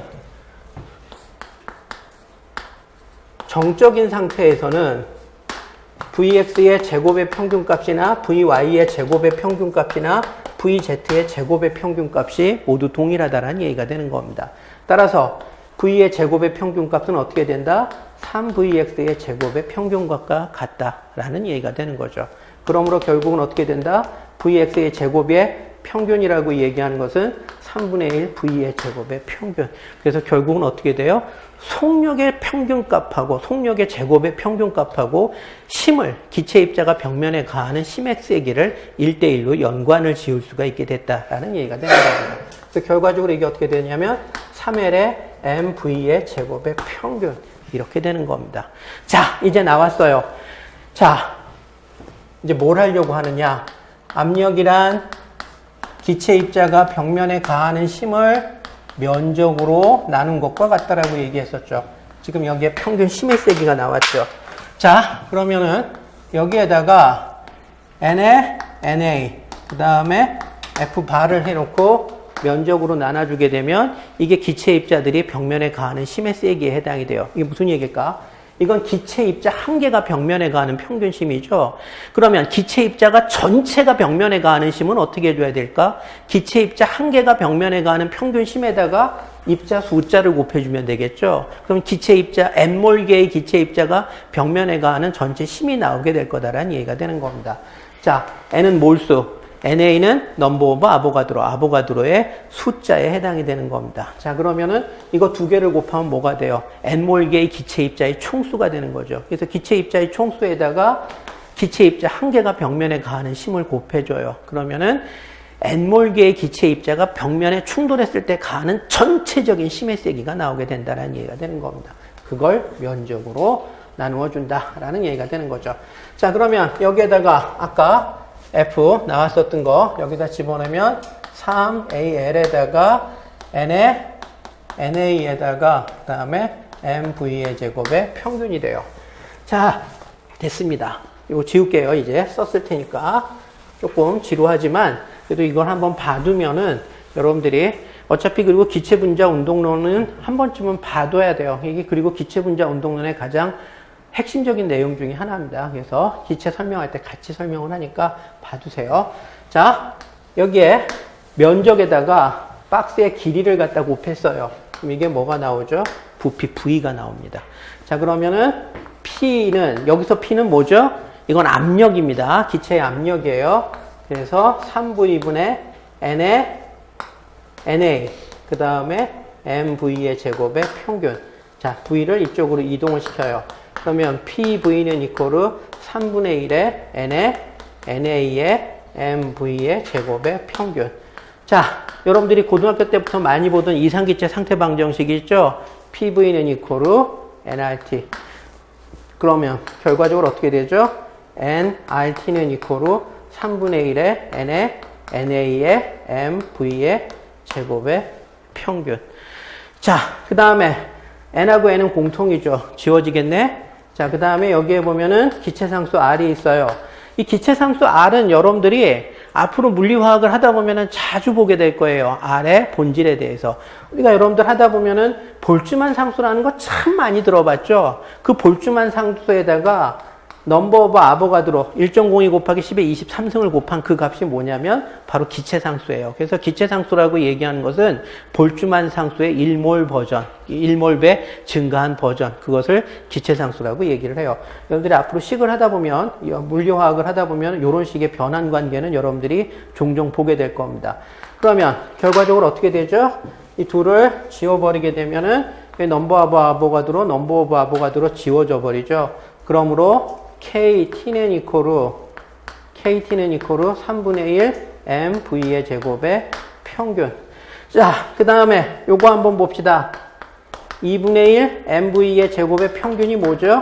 평균 운동 에너지에 해당이 되죠. 그러면 MV의 제곱의 평균이라고 얘기하는 것은 평균 운동 에너지의 몇 배에 해당이 되는 거죠? 2배. 그래서 3분의 2 2K 바. 그럼 정리를 하면 2K바는 어떻게 된다? 2분의 3 KT. 여러분들 연력학 하다 보면 이거 공식 무지하게 많이 봅니다. 그래서 평균 운동 에너지는 뭐다? 단원자 이상 기체일 때 2분의 3 KT로 표현이 된다는 얘기예요. 자, 그래서 결론적으로 여기서 얘기하고자 하는 것은 2K바는 이코르 2분의 3 KT. 어떤 경우에? 단원자 이상 기체인 경우에 이렇게 표현이 된다는 얘기가 되는 겁니다. 자, 여기서 중요한 것은 제가 굳이 여기서 이상기체라고 얘기한 이유는 이 에너지에는 뭐를 빼고 얘기하기 위해서 분자 간 상호작용에 의해서 운동 경로가 바뀐다든지 그런 효과를 배제하기 위해서 분자 간 상호작용력을 배제하기 위해서 이상기체라고 얘기했었던 거고, 단원자라고 얘기했었던 이유는 뭘까? 진동 운동 에너지라든지 회전 운동 에너지라든지 이런 거 배제하고 순수한 병진 운동 에너지만 고려를 하기 위해서 이렇게 표현한 거예요. 그래서 단원자 이상기체인 경우엔 평균 운동 에너지가 뭘로 표현이 된다? 2분의 3 KT. 자, 그렇다면 나왔죠. 온도는 무엇과 1대1 대응 관계를 갖는다? 평균 운동 에너지랑 1대1 대응 관계를 갖는다. 아까 제가 얘기했었던 게 바로 이거예요. 압력은 단위 면적당 가하는 힘입니다. 이렇게 하면 본질에 대한 충분한 설명이 돼요. 근데 온도는 뭐냐라고 얘기를 했을 때 본질에 대한 설명을 얘기할 때 뜨겁고 차갑다 가지고는 좀 부족하다는 얘기죠. 무엇이 본질이다? 바로 평균 운동 에너지의 측 측정 척도가 되는 것이 온도이다. 그리고 온도의 가장 중요한 특성 중에 하나는 뭐다? 온도는 무엇의 흐름을 측정하기 위해서 필요하다? 열의 흐름을 측정하기 위해서 필요하다. 항상 열이라고 얘기하는 것은 어디에서 어디로 흐른다? 온도가 높은 곳에서 낮은 곳으로. 조금 더 이걸 풀어서 설명을 하면은 평균 운동 에너지가 높은 쪽에서 평균 운동 에너지가 낮은 쪽으로 흘러가는 물리량, 그것이 뭐다? 에너지의 흐름, 그것을 열이라고 얘기를 하더라 라는 얘기가 되는 겁니다. 그래서 그런 것들에 대한 설명이 되는 거예요. 자, 여기엔 이제 항상 물리량을 갖다가 하다 보면은 단위가 떨어서 나오게 되겠죠. 여러분들이 물리화학에서는 여러분들이 실제 시험을 볼 때 두 가지 주의해야 될 게 있어요. 하나는 뭐냐면 분석화학 같은 경우에 있어서는 유효 숫자를 조금 신경을 써야 돼요. 그 다음에 물리화학 같은 경우에 있어서는 여러분들이 단위를 좀 신경을 써야 됩니다. 그래서 뭘 계산하여라, 유도하여라 이런 거 얘기할 때 다 답을 해놓고 난 다음에 맨 나중에 단위를 꼭 써야 돼요. 단위가 없으면은 상당한 양의 감점 혹은 아니면 아예 다 틀리는 걸로 잡힐 수도 있습니다. 그래서 답안지 작성할 때 그런 부분에 대해서 좀 주의를 해야 돼요. 그 다음에 요번에 시험이 되게 어려웠어요. 되게 어려웠어요, 되게. 그래서 보통 성적이 커트라인이 한 2점만 떨어지더라도, 2, 3점만 떨어지더라도 보통 학생들은, 진짜 이번 시험 어려웠다라는 얘기를 해요. 근데 요번에는 평균적으로 봤을 때 1차 커트라인 성적이 재작년보다 한 13점 정도 떨어졌어요. 이거는 학생들이 어디 나가서 어렵다는 얘기도 잘 안 해요. 이 정도가 되면은 질려버려가지고. 그래서 그 정도로 좀 많이 떨어졌습니다. 이 얘기를 왜 하느냐면, 올해는 좀 쉬워질 거예요. 그러니까 그러니까 요번에 보는 시험. 요번에 2019학년도가 조금 어려웠죠. 2018학년도는 그 전에 본 사람들한테 물어보면 좀 쉬웠다고 얘기할 거예요. 이게 보면은 약간 오르락 내리락 해요. 근데 작년에 진짜 쉬웠나 봐요. 학생들 성적이 상당히적으로 굉장히 좋았나 봐요. 그래서 요번에 아마 난이도 조절을 제가 보기엔 실패한 것 같아요. 이게 커트라인이 13점이 떨어졌다 그러면 이건 난이도 조절의 실패입니다, 거의. 무슨 얘기냐면은 이게 55점, 커트라인, 1차 커트라인이 한 55점 요 정도에서 나왔다라는 얘기는 거기 한 15점 정도는 보통 교육학에서 20점 만점에 15점은 땄을 테니까. 그럼 결국은 80점 만점에 40점이 전공에서 80점 만점에 40점이 1차 커트라인이 됐다는 얘기인데, 이거는 거의 꽈락 면하면 붙였다라는 것밖에 안 돼요. 심지어는 이 정도 나왔으면은 처음 초기 채점했을 때는 꽈락이 속출해서 정원을 못 채웠기 때문에 다시 재채점이 들어갔을 가능성도 되게 높습니다. 올해 본 시험은 거의 내가 보기에는 기록적으로 어려웠어요. 그러니까 왜냐면 어렵다는 게 뭐냐면 약간 조금 사이드를 탔어요. 시험 문제 자체가. 그래서 조금 여러분들이 굉장히 힘들었을 거예요. 근데 올해는 그 걱정은 안 해도 될 거예요. 한 번 이런 식으로 되면은 교수들이 재채점하는 거 싫어서라도 약간 좀 쉽게 냅니다. 재채점하면은 교평원에서도 계속 교수님들한테 뭐라고 얘기를 해요. 출제자한테 작년에 재채점을 하고 어쩌고 저쩌고 하면서 궁시렁 냅니다. 그러면은 또 교수들이 그거에 영향을 받아서 조금 쉽게 낼까 이런 생각을 해서 조금 쉬워질 거예요. 그래서 작년만큼 그렇게 사이드를 타지는 않을 것 같아요. 어쨌든 갑자기 내가 그 얘기 왜 했지? 어쨌든 단위 얘기하다 그랬구나. 그래서 만약에 채점을 갖다가 좀 빡빡하게 할 때는 그런 단위 조금만 틀려도 부풀 그는 가능성이 굉장히 높아요. 아마 올해 그렇게 커트라인이 낮은 거는 사이드를 탔었던 것도 있지만 단위 틀리거나 유효 숫자 틀리거나 그랬으면 그냥 얄짤이 없이 다 쭉쭉 걷버린 것 같아요. 그래서 여러분들이 그런 거 좀 주의하여라 라는 얘기가 되는 겁니다. 그럼 그렇고 물리화학에서는 단위 굉장히 중요하니까 단위에 대해서 다시 한번 설명해 봅시다. 온도의 단위로 섭씨 온도 많이 사용을 하지만 일상생활에서 많이 사용하지만 과학 영역에서는 잘 사용하지 않죠. 이건 표준 단위가 아니죠. 그래서 1기압하에서 물의 어는 점을 0도, 물의 끓는 점을 100도씨로 해서 이걸 갖다가 100분의 1로 1도라고 얘기하는 것은 1기압하에서의 물의 어는 점과 끓는 점의 온도 차이의 100분의 1을 1도 차이로 둔 거죠. 그래서 그걸 갖다 이제 섭씨 온도라고 얘기를 하고. 근데 이 섭씨 온도라고 얘기를 하는 것 대신에 실제 과학 영역에서는 절대 온도를 SI 단위로 많이 사용을 해요. 자, SI 단위로서의 절대 온도는 뭐냐? 이상기체는 이상기체는 온도를 낮추면은 부피가 계속 수축을 해요. 근데 이상기체라고 얘기를 하는 것은 뒤에도 얘기를 하겠지만 반발력이 존재하지 않는 기체이기 때문에 부피를 무한히 수축을 할 수가 있어요. 그래서 실제 기체는 부피가 0이 되는 경우가 있을 수 없으나 이상기체는 부피가 0이 될 수가 있습니다. 그 이상기체의 부피가 0이 되는 온도, 그게 얼마냐면 마이너스 273.15도씨예요. 섭씨 온도로. 그래서 섭씨 온도로 마이너스 273.15도씨가 되면은 이상기체의 부피가 0이 돼버려요. 이상기체의 부피가 0이 되는 것까지는 가능할지라도 이상기체의 부피가 음수가 될 수가 없죠. 그래서 이상기체의 부피가 음수가 되는 건 불가능하기 때문에 이상기체의 부피가 0이 되는 이 온도가 인류가 생각할 수 있는 가장 낮은 온도가 돼요. 그래서 이 온도를 갖다가 0K로 잡고 1도와 1도씨의 간격은 계산하기 쉽도록 섭씨 온도씨에서의 1도와 1도의 간격으로 그대로 유지합니다. 이런 식으로 잡힌 거를 우리가 뭐라고 얘기하느냐? 절대 온도라고 얘기를 하더라 라는 얘기가 되는 거죠. 그래서 섭씨 온도에다가 바닥 고정이죠. 273.15를 더하면은 이게 뭐가 되느냐면 절대 온도에 되고, 그리고 이 절대 온도가 온도의 SI 단위라는 얘기는 뭐다? 이런 식의 공식, 뭐 2분의 3KT, 뭐 이런 식의 공식에다가 온도 집어넣을 때 다 뭘로 환산해서 집어넣어야 된다? 절대 온도로 환산해서 집어넣어야 되더라. 이런 식의 얘기입니다. 그래서 그거 다들 아는 내용이에요. 그래서 이건 그냥 그 정도로 하고 넘어갑시다. 자, 그래서 압력 단위는 굉장히 많은 단위가 있었는데 다행스럽게도 온도 단위는 거의 절대 온도 한 가지만 사용이 된다. 물리화학 영역이나 과학 영역에서는 절대 온도 한 가지만 사용이 된다라고 생각을 하시면 되고, 가끔 섭씨 온도가 나왔을 때는 이런 환산 공식을 이용해서 절대 온도로 환산해서 대입을 해야 된다.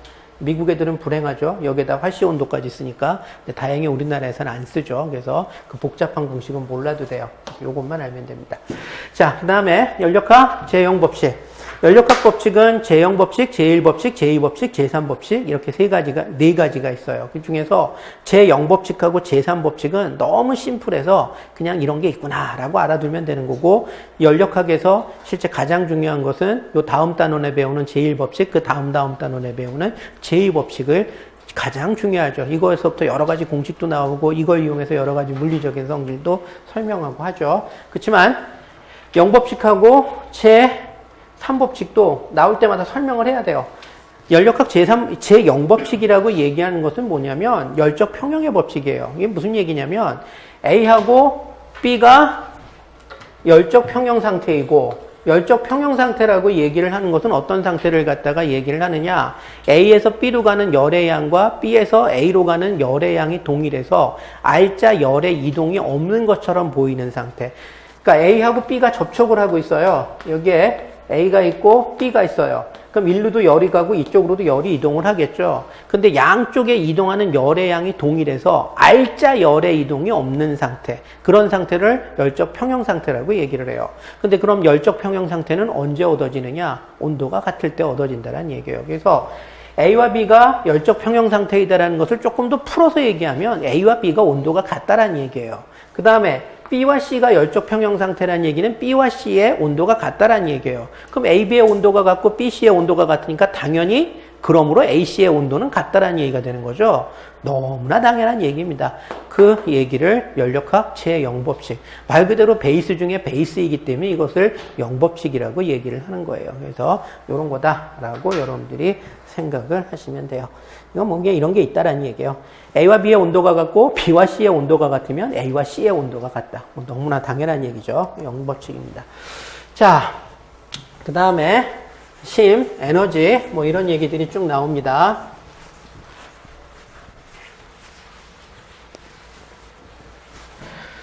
자,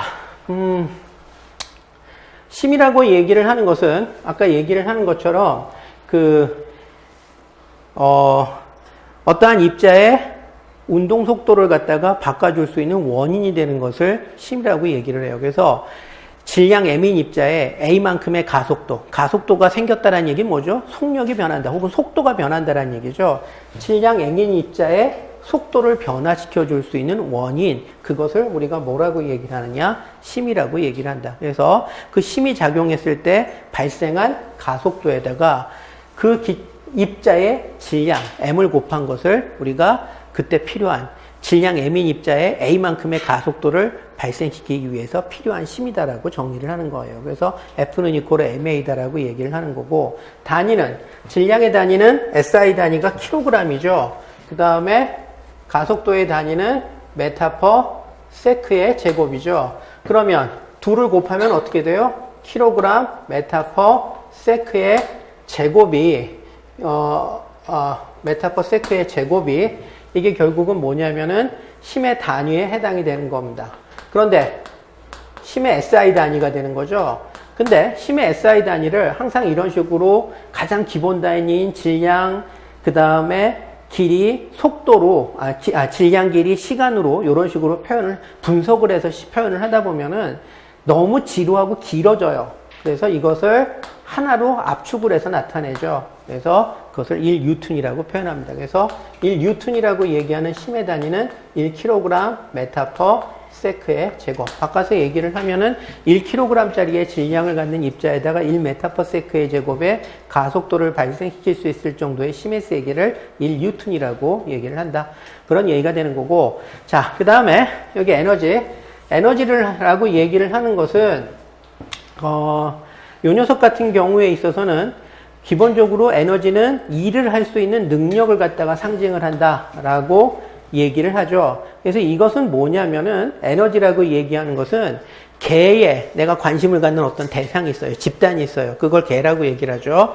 개에 저축되어 있는 일의 양이라고 생각을 하시면 돼요. 얘가 보이진 않지만 일을 할 수 있는 저축량이, 일을 할 수 있는 능력, 저축된 일의 양이 얼마다, 이것을 상징하는 것을 갖다가 에너지라고 얘기를 해요. 우리가 예금 잔고가 있어요. 그러면 예금 잔고를 낮추면서 내가 그만큼의 지출을 할 수 있는 거죠. 에너지라고 얘기를 하는 것은 개에 저축되어 있는 일의 양을 얘기를 하는 거예요. 개가 이만큼의 일을 갖고 있는데 그 저축된 일의 양을 낮춰요. 그러면 그 저축된 일의 양의 차이만큼을 외부에 대해서 일을 해줄 수가 있게 되는 거죠. 그래서 저축된 일의 양, 그래서 그것을 일을 할 수 있는 잠재 능력이라고 얘기하고 그것을 에너지라고 얘기를 해요. 자, 내가 쓸 수 있는 돈이 100만 원이야. 근데 저축된 돈이 1000만 원이야. 뭐 이런 식으로 얘기를 했을 때 내가 쓸 수 있는 돈의 단위하고 저축된 돈의 단위는 다른 단위를 씁니까? 같은 단위를 씁니까? 같은 단위를 쓰죠. 똑같은 얘기예요. 에너지라고 얘기하는 것은 저축된 일의 양이에요. 그러니까 일의 단위하고 똑같은 단위를 쓸까? 다른 단위를 쓸까? 같은 단위를 써요. 그래서 에너지의 단위하고 일의 단위는 동일한 줄 단위를 사용을 하는 겁니다. 그러면 줄 단위는 그러면 어떻게 정의를 하느냐? 요겁니다. 자, 지금 여기에 나와 있는 줄 단위는 어떠한 힘을 가하면서 그 힘의 방향으로 이동한 거리. 예를 들어서 내가 여기 어떠한 입자가 있어요. 입자를 움직이기 위해서 내가 힘을 줘야 되죠. 그러면 얼마만큼의 일을 했는지는 내가 여기에다가 F만큼의 힘을 주면서 얼마만큼을 이동을 했느냐. F만큼의 힘을 주면서 1m 이동할 때 한 일의 양하고 F만큼 힘을 주면서 2m 이동했을 때 한 일의 양은 당연히 이게 2배가 되겠죠. 그래서 내가 어떠한 입자를 위해서 소모한 일의 양은 항상 어떻게 되느냐. 그 입자의 가한 힘의 세기와 그 힘의 방향으로 이동한 거리의 곱의 형태로 표현이 돼요. 정확히 얘기하면은 이렇게 표현이 됐지만 실제로는 이런 표현이죠. F라고 얘기하는 건 벡터량이에요. 그리고 이동 방향도 벡터량이에요. 그래서 F의 이동 방향과 힘의 방향 F하고 그 다음에 얘가 이동한 거리, 이동한 변위라고 얘기를 하죠. 변위의 벡터 곱. 우리가 흔히 내적이라고 얘기를 하죠. 이것을 우리가 뭐라고 얘기하느냐? 에너지라고 얘기를 한다는 얘기예요. 그럼 여러분들이 요 값은 뭐죠? 요거는 방향이 없는 스칼라 양에 해당이 됩니다. 그래서 힘이라고 얘기를 하는 것은 벡터량이지만 그것을 이동 거리 혹은 아니면 변위와 내적을 한 벡터 곱을 한 저 결과는 뭐다? 에너지는 스칼라 양이다라는 얘기가 되는 겁니다. 그리고 단위로는 당연히 뭘 쓸까? 이거는 단위가 뭐죠? SI 단위가 뉴턴이죠. 그 다음에 이동 거리의 SI 단위는 뭐죠? 그 미터죠. 그래서 결국은 이 에너지의 단위는 뉴턴, 미터 혹은 아니면은 킬로그램, 메타의 제곱, 퍼 세크의 제곱 이렇게 표현이 돼요. 근데 이걸 매번 이런 식으로 풀어서 쓰다 보면은 이거 귀찮죠? 그래서 하나로 표현을 합니다. 그게 뭐냐면 줄입니다. 그래서 줄이라고 얘기를 하는 것은 1뉴턴의 힘을 가하면서 1m를 이동했을 때 그때 해준 일의 양, 이것을 줄이라고 1줄이라고 얘기를 한다라는 얘기고, 에너지는 일을 할 수 있는 능력 혹은 아니면 저축된 일의 양을 얘기를 하기 때문에 에너지의 단위는 일의 단위하고 똑같은 줄 단위를 사용한다. 이런 식의 얘기가 되는 거죠. 그래서 그런 것들 여러분들이 봐두시면 돼요. 나중에 보면은 요거는 연력학을 할 때 여러 번 써먹을 겁니다. 그래서 뭐 당연히 알고 있는 얘기지만 한번 다시 얘기했고, 자, 이제 본질적인 얘기로 조금 더 시험에 나올 수 있는 내용으로 넘어갈 겁니다. 이상기체란 어떤 것이고 실제기체란 어떤 것이고, 이상기체는 어떤 특성을 갖고 있고 실제기체는 어떤 특성을 갖고 있고, 이상기체와 실제기체의 차이점은 뭐가 있고, 이런 것들에 대한 얘기를 갖다 지금부터 하게 될 텐데, 첫날 좀 달렸죠. 그래서 조금 쉬었다 합시다. 그래서 한 10분, 15분 정도만 쉬었다가 이어서 수업을 갖다 하도록 할게요.